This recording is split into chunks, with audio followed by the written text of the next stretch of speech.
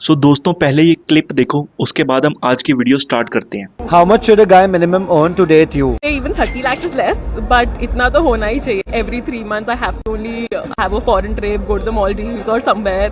Of course the designer bag and then mani, pedi, face spa, hair spa.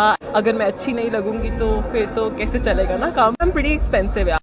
सो इस clip में ये लड़की कह रही है कि इसको एक ऐसा पार्टनर चाहिए जो एटलीस्ट साल के 30 लाख रुपए कमाता हो। ये इसका बेयर मिनिमम स्टैंडर्ड है, क्योंकि मैडम को शॉपिंग करनी होती है, डिजाइनर बैग्स खरीदने होते हैं, फॉरेन ट्रिप्स करने होते हैं, सजना संवरना होता है। इतने पैसे तो लगेंगे ही ना। और दोस्तों ये वही लड़कियां हैं कि अगर इन्हें इनका पार्टनर ये बोल देगा ना कि बेबी आज तुम्हारी ड्रेस थोड़ी सी ज्यादा रिवीलिंग है, चेंज कर लो, तो ये एकदम से फेमिनिज्म का झंडा उठा लेंगी कि तुम कौन होते हो मुझे रोकने टोकने वाले। I am a independent women, मेरा जो मन में आएगा मैं वो करूंगी। तो दीदी पैसे भी तुम खुद कमाओ ना, बट इन्हें अपनी ज़रूरतों के लिए ऐसा बंदा चाहिए जो 30 लाख रुपए साल के कमाता हो। और बदले में इनके पास देने के लिए क्या है? सिर्फ सेक्स। और गलती ना हम सब लड़कों की है, क्योंकि हम सेक्स से ऊपर सोच ही नहीं पाते, ठीक है। बट ट्रस्ट मी, अगर तुम ऐसी लड़की के साथ शादी कर लेते हो तो ये तुम्हारी लाइफ का सबसे बड़ा लॉस होगा, क्योंकि इनके पास रिटर्न में देने के लिए कुछ नहीं है। ना तो ये तुम्हें मोरल सपोर्ट देंगी, ना इमोशनल सपोर्ट, ना तुम्हें तुम्हारे गोल के लिए मोटिवेट करेंगी, ना तुम्हारे पेरेंट्स का ध्यान रखेंगी। इन्हें सिर्फ ध्यान रखना है तो अपना, और पड़ी है सिर्फ अपनी। और जब तक इनकी ज़रूरतें पूरी होती रहेंगी सब कुछ ठीक रहेगा। और चलो मान लो एक बार के लिए तुम मेहनत करके दिन रात एक करके इतने पैसे कमा लेते हो कि इनके सारे शौक और ज़रूरतें पूरी कर सको, बट इस चीज़ की फिर क्या गारंटी है कि तुम्हारे पीछे से ये किसी और बंदे से बात नहीं करेंगी या तुम्हारे साथ लॉयल रहेंगी? क्योंकि मतलब तो इनको सिर्फ पैसों से है, राइट। और एंड में उस चीज़ का ब्लेम भी तुम्हारे सर पे फोड़ा जाएगा कि तुम्हारे पास टाइम नहीं है इनकी इमोशनल नीड्स पूरी करने के लिए, इनसे बात करने के लिए। बट भाई तुम तो पैसे कमाने में बिजी हो, फिर इस चीज़ का फ़ायदा क्या?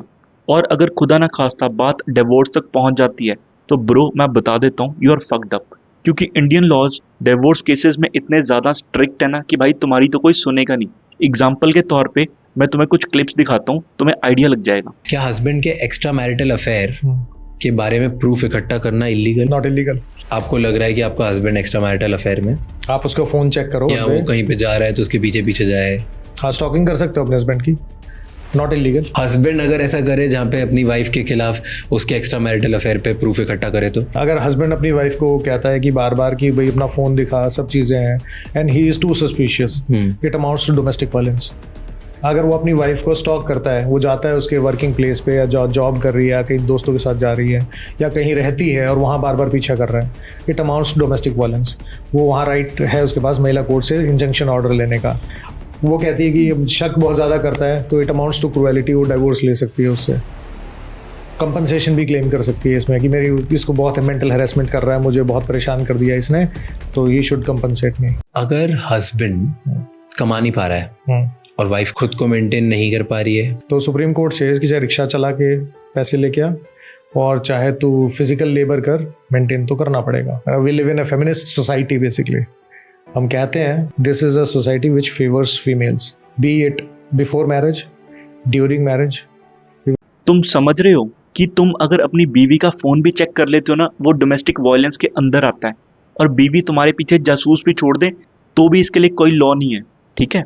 और गवर्नमेंट कहती है कि भाई तुम चाहे झाड़ू लगाओ, पोछा लगाओ, या सड़कें साफ करो या रिक्शा चलाओ, एलिमनी तो देनी ही पड़ेगी डिवोर्स केस में। उन्हें नहीं फर्क पड़ता कि तुम अपना खर्चा कैसे चला रहे हो, ठीक है। ऑन टॉप ऑफ दैट तुम्हारी आधी प्रॉपर्टी जो तुमने पूरी मेहनत से बनाई है, दिन रात एक करके, ठीक है, लोगों के ताने सहे हैं, सोशल प्रेशर झेला है, अपने माँ बाप का ध्यान रखा है, वो आधी प्रॉपर्टी लेकर फुर। उसके बाद एलिमनी अलग से, मंथली मेंटेनेंस। दोस्तों ऐसा ही एक सिमिलर केस मैं तुम्हें बताता हूँ। 90s की एक एक्ट्रेस थी बंगाली जिसका नाम था स्वास्तिका मुखर्जी। तो उसने शादी के बाद अपने इन लॉज पे डिवोर्स केस फाइल करा on the ground of domestic violence and mental harassment. वो केस 10 साल तक चला और 10 साल के बाद ये एक्ट्रेस बयान पता है क्या देती है? कहती है कि मैंने अपनी मैरिज लाइफ को बहुत ही इमेच्योरिटी से हैंडल करा और अपने पेरेंट्स और रिलेटिव के प्रेशर में आके अपने इन लॉज के ऊपर इस तरह के बयानबाजी या मुकदमे किए। और इन 10 सालों में उस आदमी का क्या लॉस था? उसका सोशल स्टेटस, सोशल रिस्पेक्ट, उसके माँ बाप की इज्जत, प्लस उनकी प्रॉपर्टी और कोर्ट कचहरी के चक्कर, प्लस उनके पैसे, बिजनेस, सब कुछ बर्बाद हो गया सिर्फ उसकी बेवकूफ़ी की वजह से।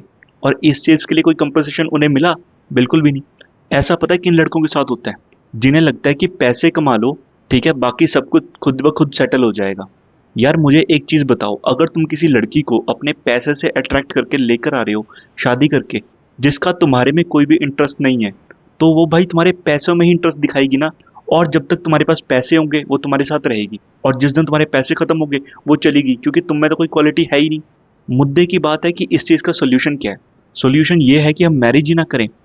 दोस्तों ऐसे तो ह्यूमन सिविलाइजेशन आगे बढ़ेगी नहीं, राइट।